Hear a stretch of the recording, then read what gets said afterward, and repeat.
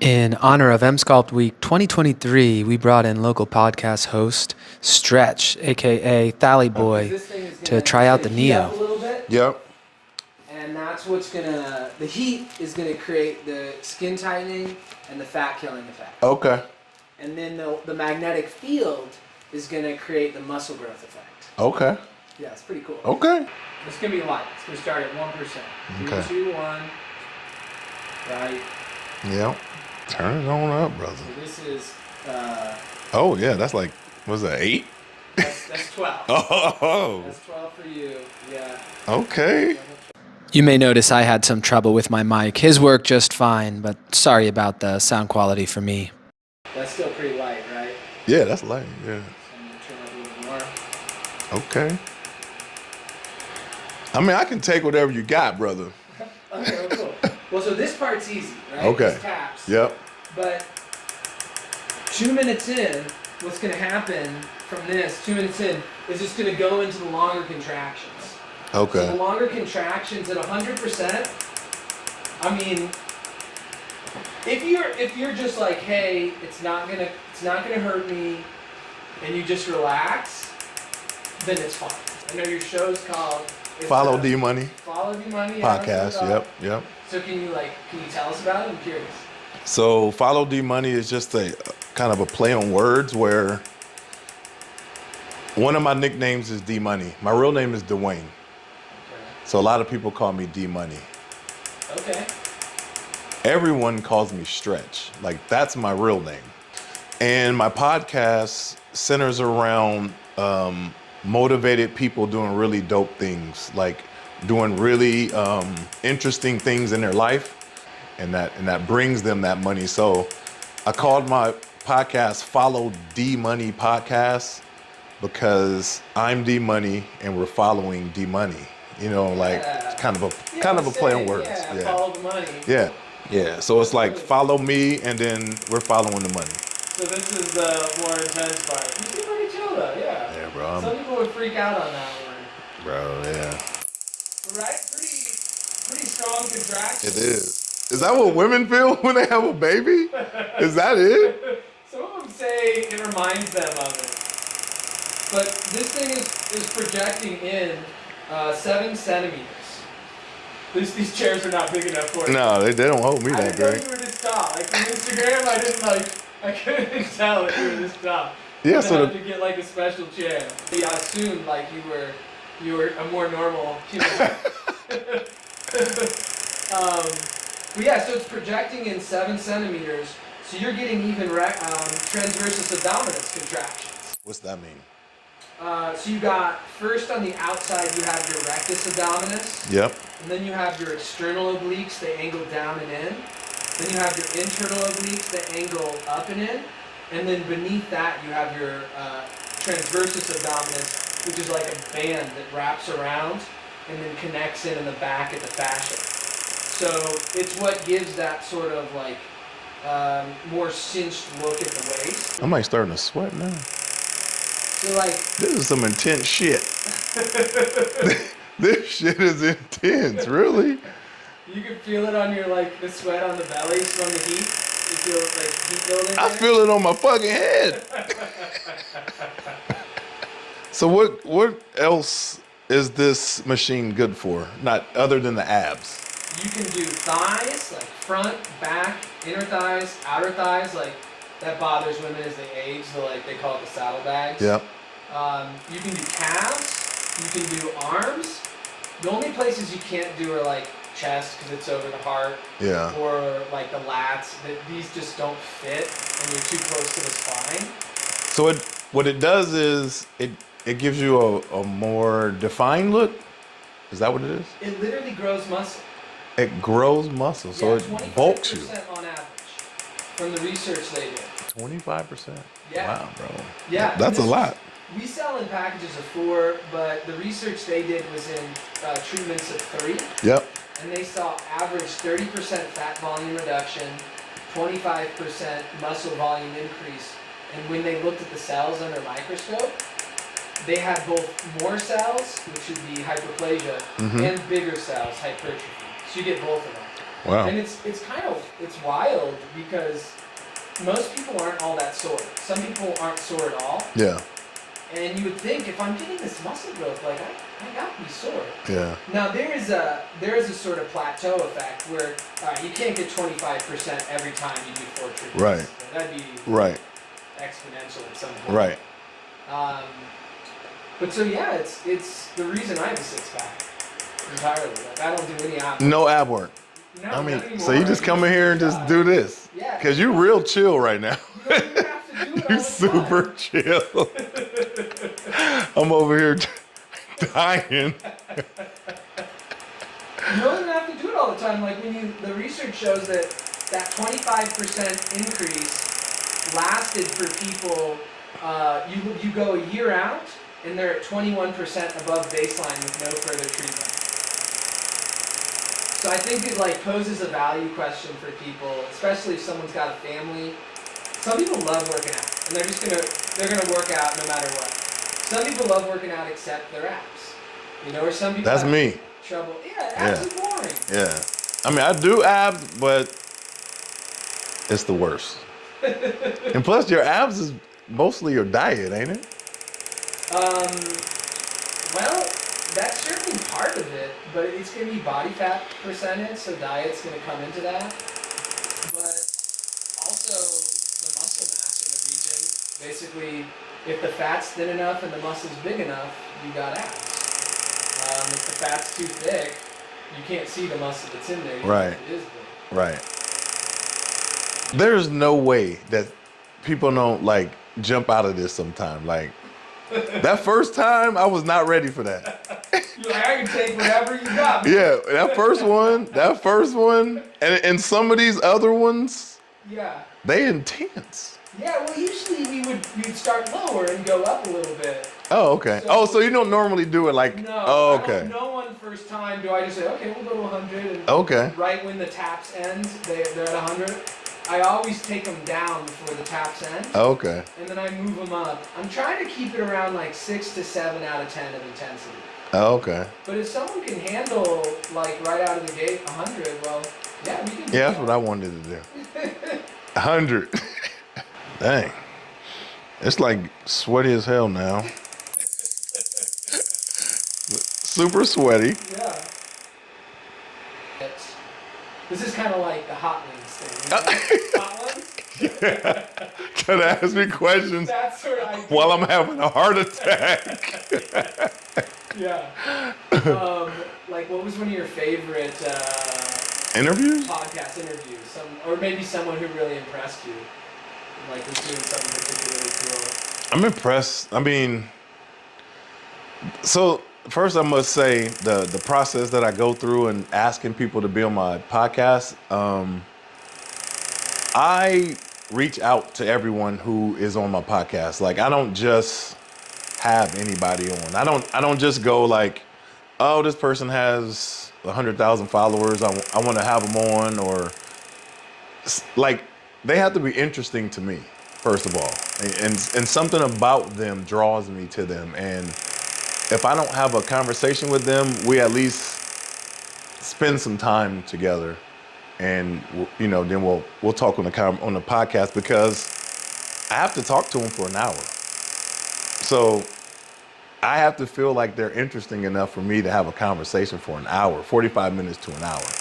Yeah. With that being said, I can't think of any time that I didn't like the conversation.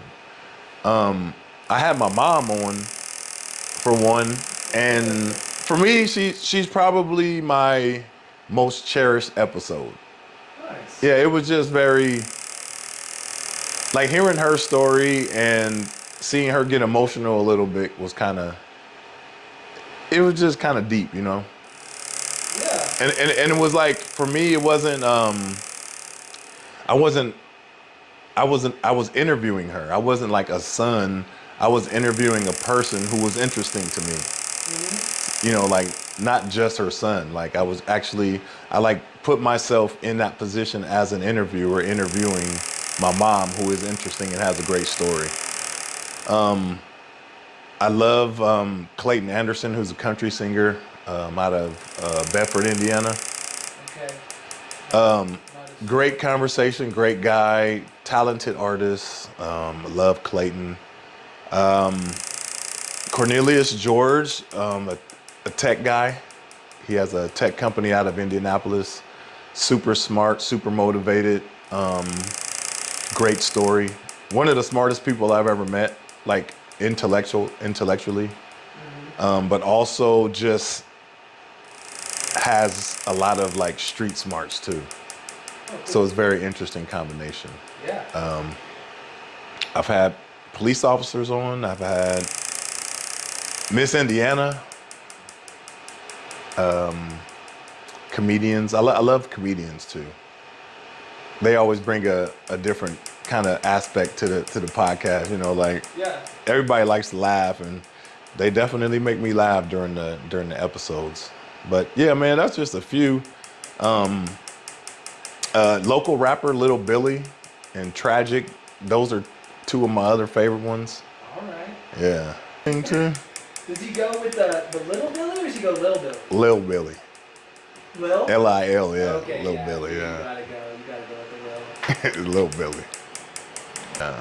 I mean, I think my superpower, if we are all born with one, is my ability to build relationships and grow networks. Like I'm extremely good at that. And I use my podcast to do that. That's really why I started a podcast, because my network is very strong.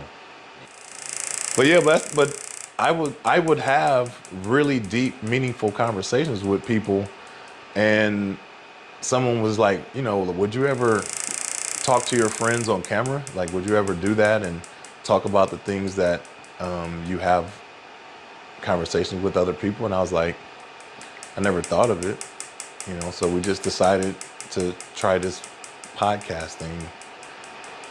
I mean, probably the most oversaturated area in the history of oversaturation. But if you find a lane that you're good at, I think I'm just gonna stick with it until I don't like it, because I still love doing it. Dude, I'm not I don't promote anything. What are you doing away from you other than music? Like, how are you taking care of the community of Indianapolis? What did you go through to get to the place that you're in? That's what I want to talk about. And then we can talk about, okay, so through all that stuff, now you're doing music. How is that doing for you? That's what I do. I don't just say, oh, you're a dope artist. Like, tell me about your new song. Like, no, that's at the end of the conversation for me. I do it for the passion of building relationships and creating a large, very viable network.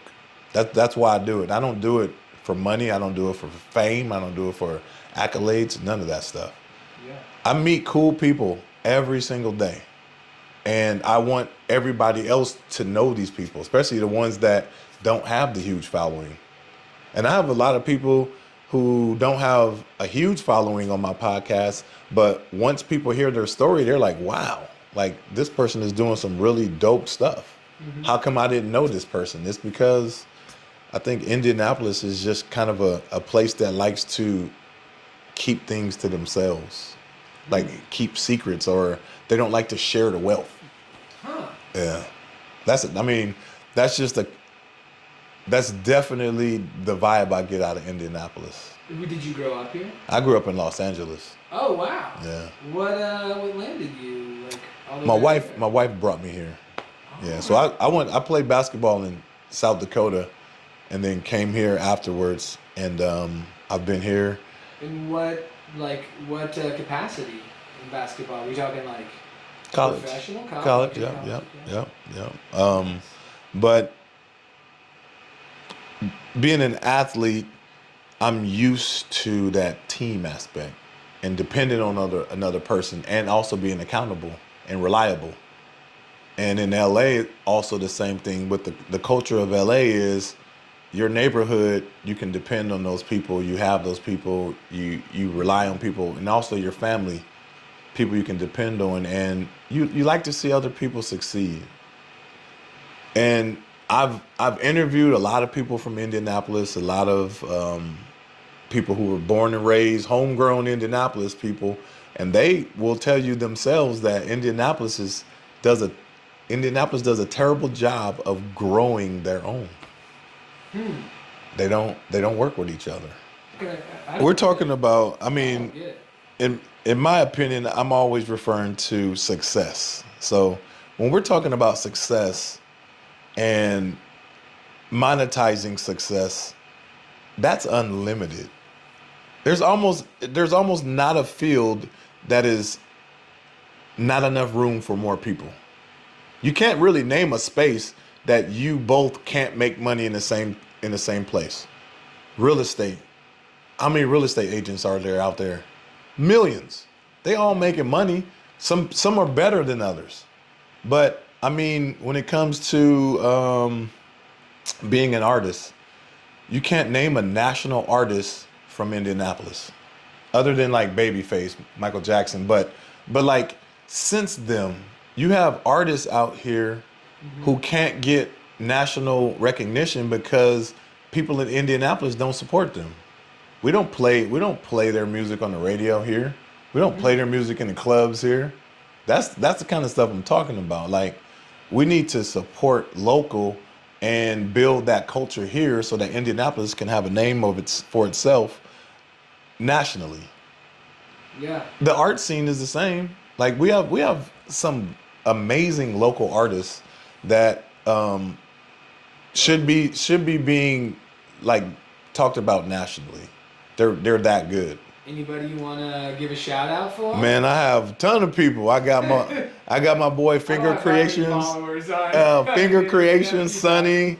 I got Nick. Finger Creations? Finger Creations. So Sonny is an artist who paints with his fingers. Yeah. And then he uses crushed glass to create sports figures, different people throughout history, and it's beautiful. He was also one of the artists that helped create the Black Lives Matter downtown. Oh, okay. Yeah. On the road?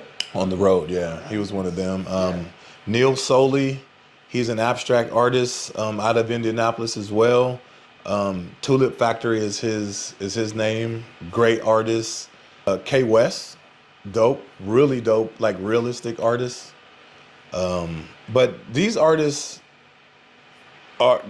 they're growing and getting bigger in indie, but without us supporting them, everybody else can't support them. You can't get support outside unless you're supported within, I think.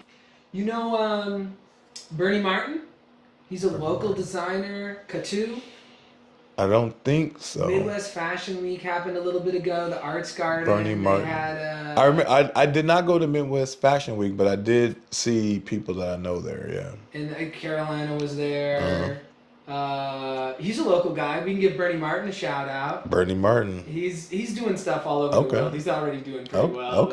Okay. Bernie. I don't know you, Bernie, but. We, like, in a crazy way got invited to that, and that was amazing. I loved going there. Yeah. So I'm totally on board. Good, man. Yeah, good. I think you have a good story. I mean, I think what you're doing is like, I would love just the fact that you reached out. You're doing your YouTube channel and you do your service. Like, that's enough for me. And you're very pleasant to talk to. Oh, thank you. Yeah, very pleasant to talk to. I'm very local easy. too. And you're local. I grew up 5 minutes that way. You're from Avon. No, Ben Davis? You went to Eagle Creek. So this is, it's hard to orient. This is north. Oh, okay. So that's north? Yeah, that's north. Damn, I thought that was west. Okay. That's north. We got west. West is that way. Okay. So my family home's right by Eagle Creek Park. Okay. My dad still lives there. Okay. We bought our first home just here right off of Summerfield. And fantastic value. Buying 10 years ago. Oh, yeah. Market's been great. Yep. We just sold. We're actually, tonight's our first night. We're moving into our new place, but we're staying in the same hood. We're like right over there, just across the reservoir. Okay. And I mean, I spent time in New York. I did my training in Southampton on Long Island. Yep. I met my fiance when I was in Miami, or my wife. She was my Well, she was your fiance like too. For like 6 years. She was like, we had a long engagement. Yeah.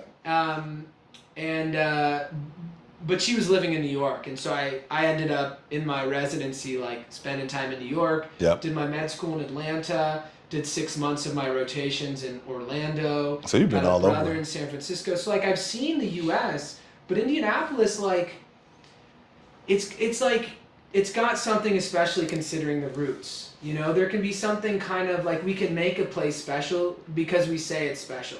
Like, we can say whatever reason. Some people are convinced that it's special because, like, other places, like, oh, there's mountains, or oh, there's ocean. But in a way, those are like special because we say they are. And it's like a feeling that we have inside of us. And so I really like India. I mean, I could have gone and set up shop anywhere, but it's a really cool balance of a lot of different things.